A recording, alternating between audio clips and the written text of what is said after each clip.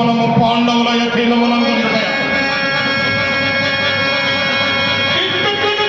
సభాభవనము పాండవుల యథీనమునందుండుటయ.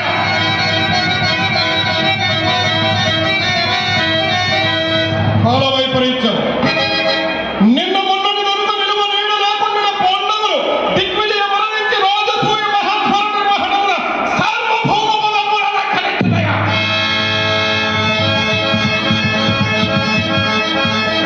అభిమాన ధనులకు పూరముల రవిగోపులై వస్తు వాహనాది నానా విధోపాయనములు నర్పించి గౌరవించుటయ.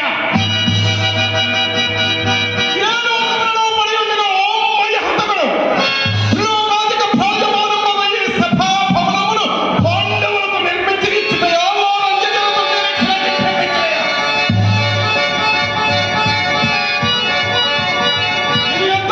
ఇది ఎంతయు గరుడాను గోర్చుచు సుక్షత్రియ వంశ సంజాతుడగు సుయోధన సార్వభౌముడు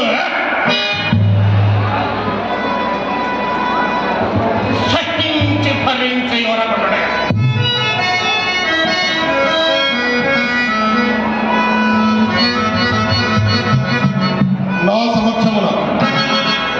నా సమక్షమున ఊరును బేరును లేని ధర్మజులకు నా సామంతులెల్లరూ పాయనము నర్పించి పరస్పర శిరకోటీర సంఘర్షణమున ఢుల్లిన పశ్చిమడి మయూకములు భూపతికి నూత్ర శోభనాపాదించి రత్నగర్భునామమును సార్థకపరప.